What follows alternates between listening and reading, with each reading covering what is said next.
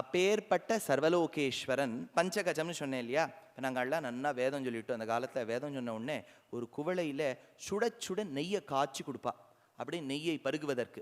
இப்போது அதை நன்னா சாப்பிடணும்னு நினைக்கிறார். அப்போ என்ன பண்ணுவார், ஒரு முடிச்ச லூஸ் பண்ணிப்பார். என்னென்னா அப்போ நன்னா சாப்பிடுவார்னு அர்த்தம். இப்போ கண்ணனுக்கு என்ன எடுத்து நன்னா இங்கே உதரத்தில் கட்டியிருக்கா. உதரம்ங்கிறது இது உதரபந்தம் திருமார்பு கண்டம் செவ்வாயின்னு அமரநாதிபிரானுக்கு சொல்கிறோம் இல்லையா? உதரபாகம்னு பேர் இதுக்கு. தாம அப்படின்னா கயறு. தாமம் என்கின்ற கயறினால் கண்ணினுன் சிறுத்தாம்பினால் உதரபாகத்தில் கட்டுண்டவன் தாமோதரன் பேர். இப்பேற்பட்ட தாமம் இந்த இடத்துல இருக்கா. அவருக்கு தான் கொஞ்சம் தொந்தி இருக்குன்னு சொன்னேன் இல்லையா?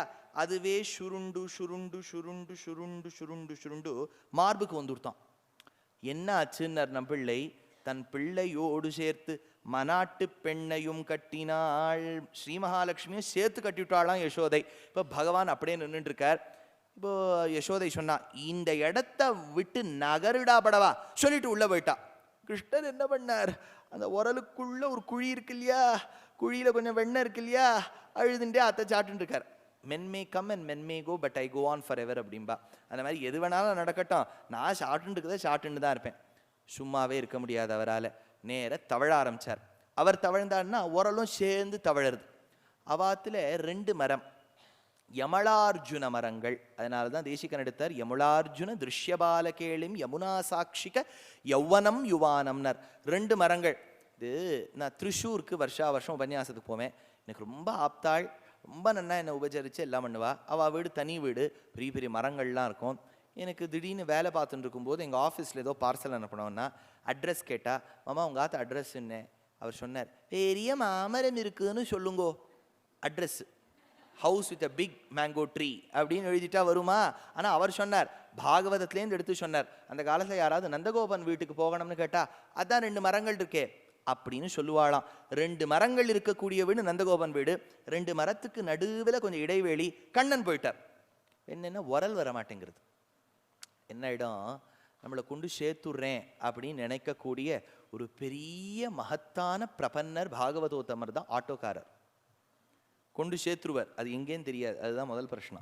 என்னென்னா ஆட்டோவில் ஏறி உட்காருங்கோம்பார். 2 பூதாகாரமாக 2 பஸ்ஸு நின்றுருக்கும்.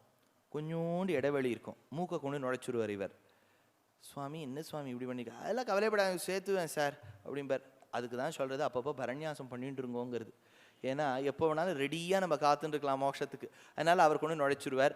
அது அப்படி கஷ்டப்பட்டு வெளில நீஞ்சி வருதும் நம்மளுடைய பூர்வ ஜென்ம கர்மாவை பொறுத்து இருக்குது. அந்த மாதிரி கண்ணன் ஏன் ஆட்டோக்காரர் அப்படி பண்ணுறாருன்னு எனக்கு ஒரு பெரிய கேள்வி இருந்தது. அதாவது சம்பிரதாயத்தில் 3 தத்துவங்கள், அச்சித்து சித்து ஈஸ்வரன், இந்த 3க்கும் தத்துவத்திரயம். அதனால்தான் சன்னியாசிகள் 3 குச்சியை ஒன்றா சேர்த்து திரிதண்டி சன்னியாசிகளாக இருப்பா. 3 குச்சி, அச்சித்து சித்து ஈஸ்வரன். ஆட்டோக்கும் பார்த்தேன்னா 3 சக்கரம் இருக்கு இல்லையா, கிட்டத்தட்ட சம்பிரதாயத்துக்கு அனுகுணமாக இருக்கக்கூடிய ஒருவர் அவரே.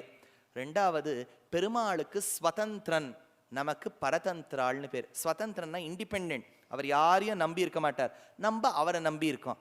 அப்படின்னா பகவான் இண்டிபெண்ட்டாக இருக்கார். அப்படின்னா ஆட்டோ மோடில் இருக்கார்னு சொல்லலாமா? ஆட்டோ மோடில் 3 சக்கரங்களோட நம்மளை கொண்டு சேர்க்கக்கூடிய பகவானுடைய சாரத்தியத்தை பார்க்கக்கூடிய ஆட்டோ டிரைவர் பகவானுடைய பரம முக்கியமான பாகவதோத்தமர். அதனால் அவர் நுழையிறாப்புல கண்ணன் 2 மரத்துக்கு நடுவில் நுழைஞ்சார். அவர் வெளில வந்துவிட்டார். இழுத்தார் இழுத்தார் இழுத்தார், 2 மரம் விழுந்துட்டு. யசோதை கண்ணனை மட்டும் தனியாக விட்டுட்டு போனால் டிராயிங் ரூமில் இருக்கக்கூடிய சோஃபா போய்டுறது, பானையை உடைச்சுடுறார். இப்போ 2 மரம் விழுந்துட்டு. நந்தகோபாலன் வேலையெல்லாம் பார்த்துட்டு ப்ரீஃப் கேஸோடு வந்துட்டுருக்கார். பக்கத்து வீட்டுக்கு போயிட்டார். யசோதா அப்படின்னார். பங்கஜம் வரா. ஐயோ இது உங்கள் வீடு இல்லை. இல்லை எங்கள் ஆற்றுல 2 மரம் இருந்தது, இப்போ இன்னைக்கு அதுவும் இல்லை அப்படின்னு சொல்லிட்டு உள்ளே போகிறா. அப்பேற்பட்ட கண்ணன் அந்த யமளார்ஜுன மரங்கள் யாருன்னா குபேரனுடைய புத்திராள். அவளுக்கு சாபம் ஏற்பட்டது. அந்த சாபவசமாக 2 மரமாக கிடக்க பகவான் தான் சாப விமோச்சனம் கொடுத்தார். அதனால தான் யசோதையை பலவிதத்தில் ஆட்டி வைத்தவன் கண்ணன். இன்றைக்கும் நீங்கள் கர்நாடகத்துக்கு போகிறேள், பெங்களூருக்கு போகிறேள். பெங்களூர்லேருந்து மைசூர் போகிற வழியில் சென்னப்பட்டனா அப்படின்னு ஒரு இடம் வரும். சென்னப்பட்டணத்தின் அருகிலே இருக்கக்கூடிய திவ்யதேசம் தொட்டமல்லூர் அப்படின்னு பேர். அங்கே அப்ரமேயன்னு கண்ணனுக்கு பேர். பிரதட்சிணமாக வந்தேள்னா புரந்தரதாசர் பாடின ஜெகதோத்தாரணனான கிருஷ்ணர் அந்த இடத்துல இருப்பார். பிரமேயன ಆಡಿಸಿದಳು ಯಶೋದೆ ಜಗದೋವೋ ಉದಾಹರಣ ஆடிசிதளோ யசோதே. அப்பேற்பட்ட பகவான் அந்த இடத்துல கட்டுண்டாராம். இதுலேருந்து என்ன தெரியறதுன்னார் தேசிகன் எடுத்தார். பகவான் கட்ட உண்டான் இல்லையா, அதாவது உரலோட கட்டி வச்சா இல்லையா, இப்போ உரலோட கண்ணன் கட்டுப்பட்டான் அப்படிங்கிற சரித்திரத்தை கேட்டுட்டு யாராவது உயிரை விட்டா அவ என்னவா பிறப்பா? நேத்தே இதுக்கு நான் தத்கிருத நியாயத்தில் ஒரு எக்ஸாம்பிள் சொல்லியாச்சு. என்னது? ஏதோ சொல்றேன் காதில் விழுது, ஆனால் எனக்கு என்னன்னு விடலை. யாராவது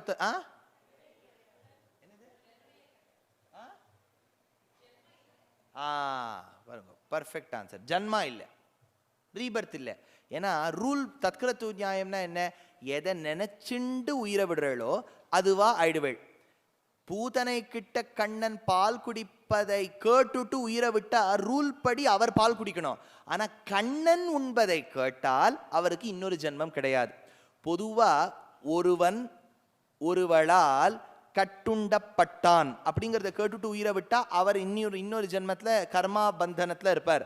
எப்போ கண்ணன் கட்டுண்டானோ அதை கேட்டுட்டு உயிர் விட்டா அடுத்த ஜன்மம்ங்கிறதே கிடையாதாம். அப்பேற்பட்ட விஷயத்தை சொல்றார். பத்தம் தத பாவயதாம் முகுந்தம் அத்யவிச்சேதினி கர்மபந்தே தபஸ்வினி தத்க்ரது நீதிராத்யா சவ்ரீடமாரண்ய கதா சுதஸ்தோ. அப்பதான் இதெல்லாம் ஆச்சு.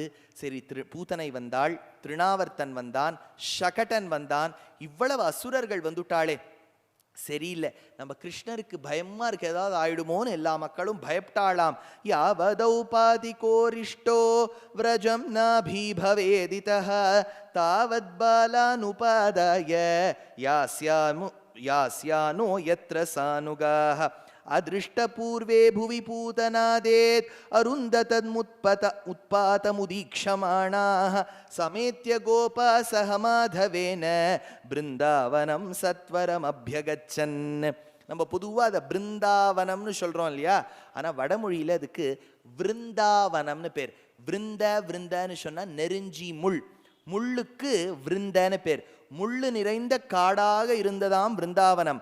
ஆனால் பகவான் கமலத்தையும் அல்லிப்பூவையும் ஒத்த திருவடிகளால் அதன் மீது நடந்து நடந்து முள்ளை புல்லாக்கினார். அதனால ஊத்துக்காடு பாடும்போதே புல்லாய் பிறவி தர வேண்டும் கண்ணா புனிதமான பல கோடி பிறவி தந்தாலும் பிருந்தாவனமிதில் ஒரு புல்லாய். அப்பேற்பட்ட புல், அந்த புல்லின் மீது பகவான் நடந்ததாக கிருஷ்ண கர்ணாமிரதத்தில் லீலாசுகர் சொல்றார். மந்தம் மந்தம் மதுர நினதைர் வேணுமா பூரயந்தம் விருந்தம் விருந்தாவனு புவிகவாம் சாரயந்தம் சரந்தம் சந்தோ பாகே சதமகமகத்வம்சினா தானவானாம் ஹந்தாரம் தம் கதையரசனே கோபகன்யா புஜங்கம். அப்பேற்பட்ட மக்கள் கண்ணனுக்கு எதுவும் ஆயிடக்கூடாதுங்கிறதுக்காக எவ்வளவோ ஆண்டு காலமாக தங்கி கொண்டிருந்த ஆயர்பாடியை, அந்த கோகுலத்தை விட்டு வெளியேறினார்கள் விருந்தாவனத்தை தேடி. அந்த விருந்தாவனத்துக்கு போனோம்னா குழந்தைகள்லாம் விளையாடின்னு இருக்கு கண்ணனோட. ஒரு நாள் ஒரு கொக்கு வந்ததாம், புல் வந்ததாம். அந்த புல் கண்ணனை புஜிக்க வேண்டும்னு வந்ததாம். அதனுடைய வாயை கிள்ளி எறிந்தானாம் பகவான்.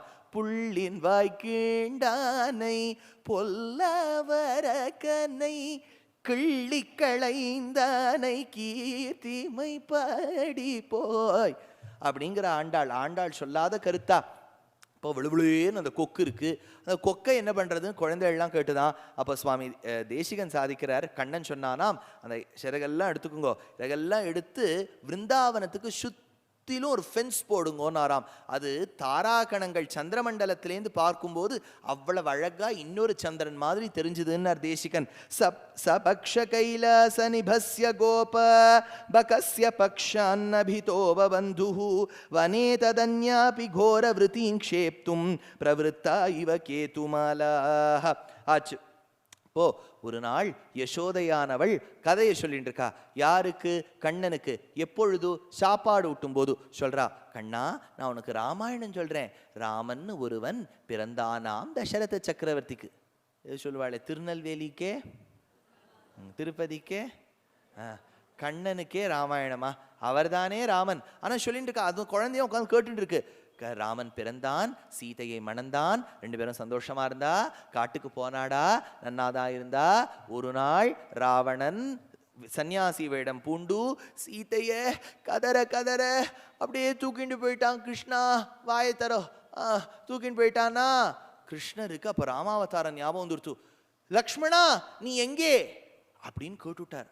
யசோதைக்கு ஒண்ணுமே புரியல. அப்பதான் கிருஷ்ணர், ஐயோ வளரிட்டோமோ, இல்லம்மா சும்மா அவர் அப்படி கேட்டிருப்பார்னு நான் சொன்னேன் அப்படின்னு சமாளிச்சுட்டாராம் பகவான்.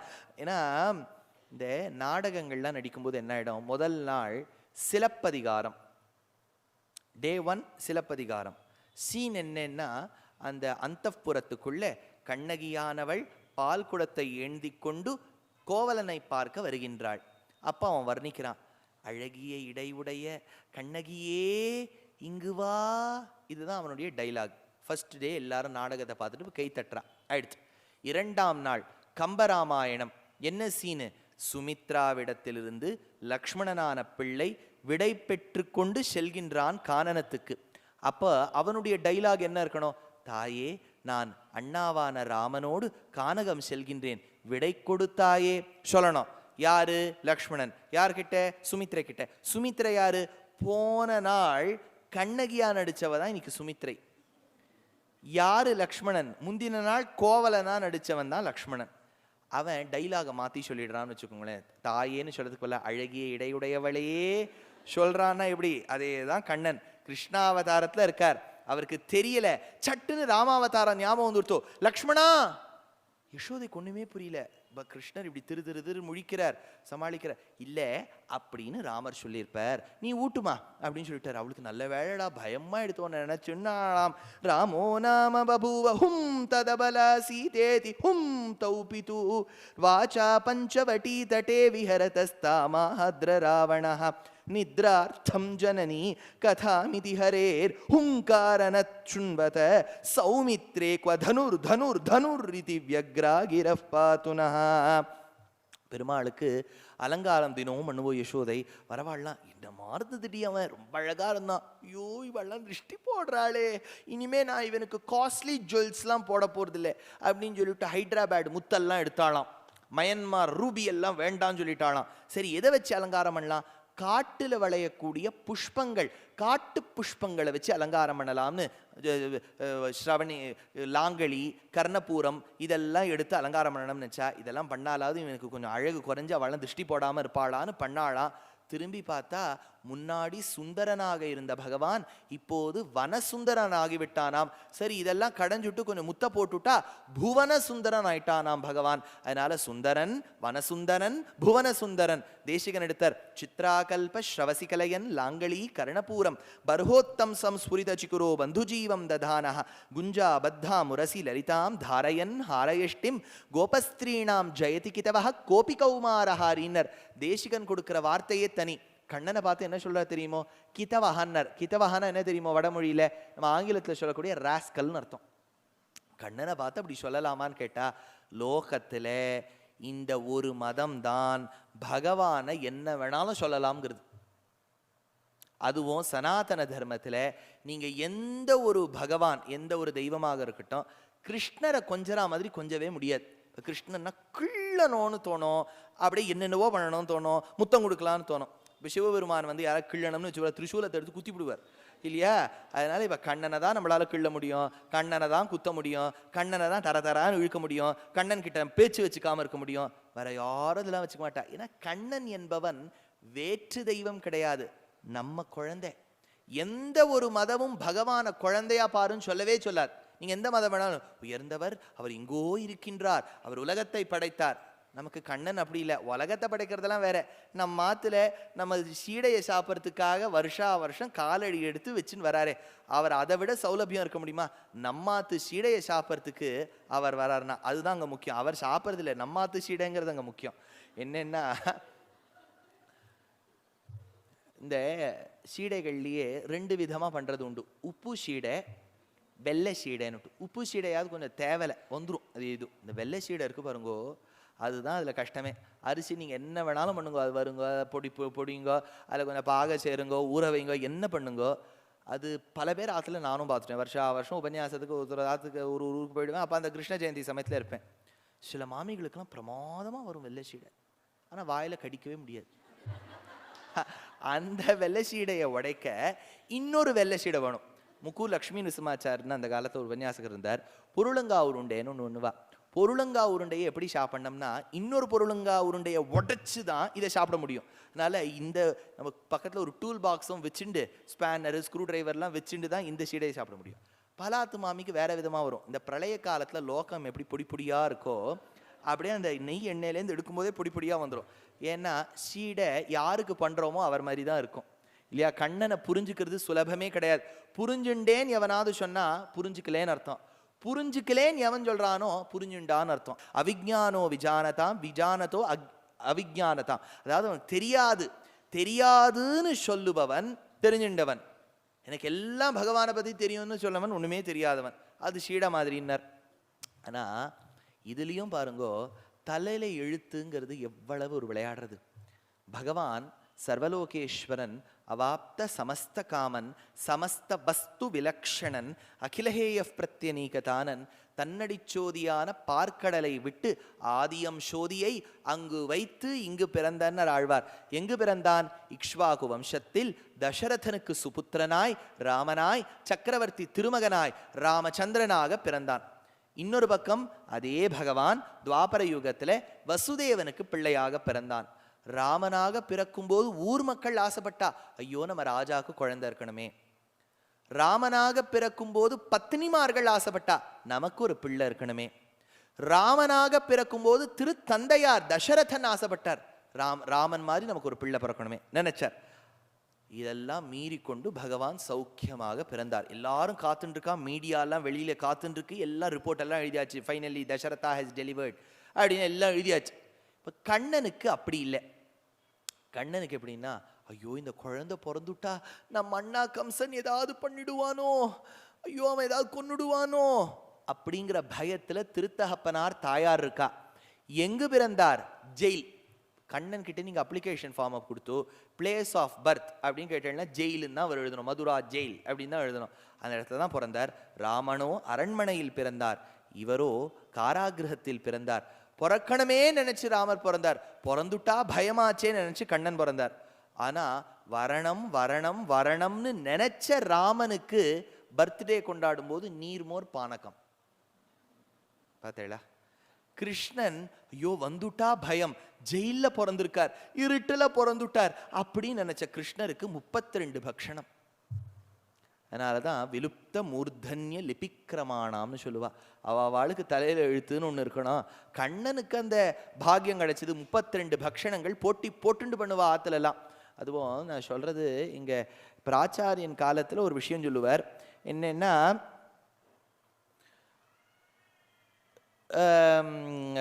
ஒரு 40-50 வருஷத்துக்கு முன்னாடி நான் சொல்றேன். அதாவது இந்த குக்கிங் ரேஞ்ச் இல்லை, அது இல்லை, இது இல்லை. அது இல்லாத காலகட்டம் ஒரு சமயத்தில் எங்க பிராச்சாரியனுடைய பெரியப்பா அவர் என்ன பண்ணாராம், பத்னி கிட்ட சொன்னாராம், இன்னைக்கு கிருஷ்ண ஜெயந்தி பக்ஷணம் பண்ணிடுன்னு. மாமி கார்த்தால 4 மணிக்கு மடப்பள்ளிக்குள்ள போயிருக்கா. உற்சவ விக்கிரகம் மாதிரி 10 மணிக்கு எல்லாத்தையும் முடிச்சுட்டு வந்தா. மூல விக்கிரகம் மாதிரி வந்திருக்கா. அவ்வளவு வேலை பார்த்துருக்கா. பார்த்துட்டு 32 பக்ஷணங்கள் பண்ணிட்டா. சுவாமி வந்து சொன்னார், நான் பெருமாள் எதிர்க்க அம்சப்படணும், தளிக வைக்கணும், எல்லாத்தையும் எடுத்துன்னு வார்னார். எடுத்துன்னு வந்தவர்கிட்ட இந்த மாமி ஒன்றொன்னா வைக்கிறா. பாதாம் பர்பி, தேங்காய் பர்பி, அப்புறம் என்ன 5 கப்ஸா ஏதோ ஒன்று இருக்கே, என்னது 5 ஸ்டார் கேக், அப்புறம் 5 கப்ஸ்ன்னு ஒன்று இருக்கா, 7 கப்பா அது, சரி 7 கப்பு எல்லாம் மாமி 7 குவளை, தமிழில் சொல்லணும் அதை 7 கப்புன்னு சொல்லப்படும், 7 குவளை இதெல்லாம் வச்சுவிட்டா. ஆச்சு. ஒரு பக்ஷணமா மாமா கிட்ட சொல்லிட்டு வைக்கிறா. மாமா ஆகட்டும். ஏன்னா பெருமாள் சட்டுன்னு வந்து அர்ச்சா திருமேனியை குறைந்து கேட்டான்னு வச்சுக்கோ, இது என்ன நீ போடுற அப்படின்னு கேட்டால் அவருக்கு சொல்ல தெரியணுமே. இல்லை இருங்க மாமியை கேட்டுட்டு சொல்கிறேன்னு சொல்ல முடியாது. ஏன்னா மாமி கிட்ட எல்லாத்தையும் கேட்டுட்டு இருக்கார். கடைசியாக மாமி ஒரு பக்ஷணத்தை கொண்டு வச்சா. எதுனா மிக்ஸ்சர் அப்படின்னு. மாமா ஏற்றுக்க மாட்டேன்னு விட்டார். இது என்ன அசடு மாதிரி இந்த பேரெல்லாம் சொல்லிட்டு எடுத்துன்னு போ. மாமிக்கு ஒரே வருத்தம். ஏன்னா இது பண்ணுறது தான் கஷ்டம். நீங்கள் வந்து ஓமப்பொடியை பண்ணி, காரா சேவை பண்ணி, பிஸ்கட்டு பண்ணி, பூந்தியை பொரிச்சு, பொரியை பொரிச்சு, கருவேப்பிலையை தட்டி போட்டு, இந்த கடலையை வறுத்து, இது அத்தனையும் பண்ணுறதுக்கு அவ்வளோ நாழி ஆகிடும். இதை எடுத்துன்னு போன்னுட்டார். ஆனால் மாமி அந்த காலத்து மாமி பதிலே சொல்லலை. இந்த காலத்து மாமியான இது எல்லாத்தையுமே நான் எடுத்துன்னு போயிடுறேன்னு சொல்லிட்டு போயிட்டு இருப்பா. அதனால அந்த மாமி என்ன பண்ணா, அழுதுண்டே வெளில வந்தா. என்னுடைய பிராச்சாரியன் பார்த்தாரா, மதனி ஏன் அழறே அப்படின்னு கேட்டான். இல்லடா கஷ்டப்பட்டு பண்ணேன், பெரியண்ணா வேண்டான்னு விட்டார் அப்படின்னா. என்னன்னு நீங்க சொன்னேள்? மிக்சர்னு சொன்னேன்டா. அதுதான் மாமி வாங்கோன்னார். பெரியண்ணா இருந்தார். ஏன்னா மதனி அழ வைக்கிறேள், கஷ்டப்பட்டு பண்ணியிருக்கா இல்லையா. என்னடா அவ என்னென்னவோ பேர்லாம் சொல்றா, மிக்சர் எதுலாம் சொல்றாளே, அது ஒன்றும் இல்லைன்னா தசாவதார பக்ஷணம்னா. ஏன்னா அதில் 10 விதமான பொருள் எல்லாம் சேர்த்து போடுறேன் இல்லையா, அதுக்கு என்ன பேர்? மிக்சர் ஆங்கிலத்தில். தமிழில் என்ன? இன்னைக்கும் கடையெல்லாம் போனால் மிக்சர்னு தான் சொல்கிறான். இவ்வளோ தமிழை கொண்டாடுவோம், தமிழுக்காக போராடுவோம், கலாச்சாரம் தான் சொல்கிறா இல்லையா. மிக்சருக்கு வார்த்தை கண்டுபிடிங்கன்னார். அப்படி கூப்பிடுறவாளெல்லாம் என் உபன்யாசத்தை கூப்பிடுங்கோ, சொல்லி கொடுத்துட்றேன். தசாவதார பக்ஷணம் அப்படின்னு சொன்னாராம். அப்பேற்பட்ட கண்ணன்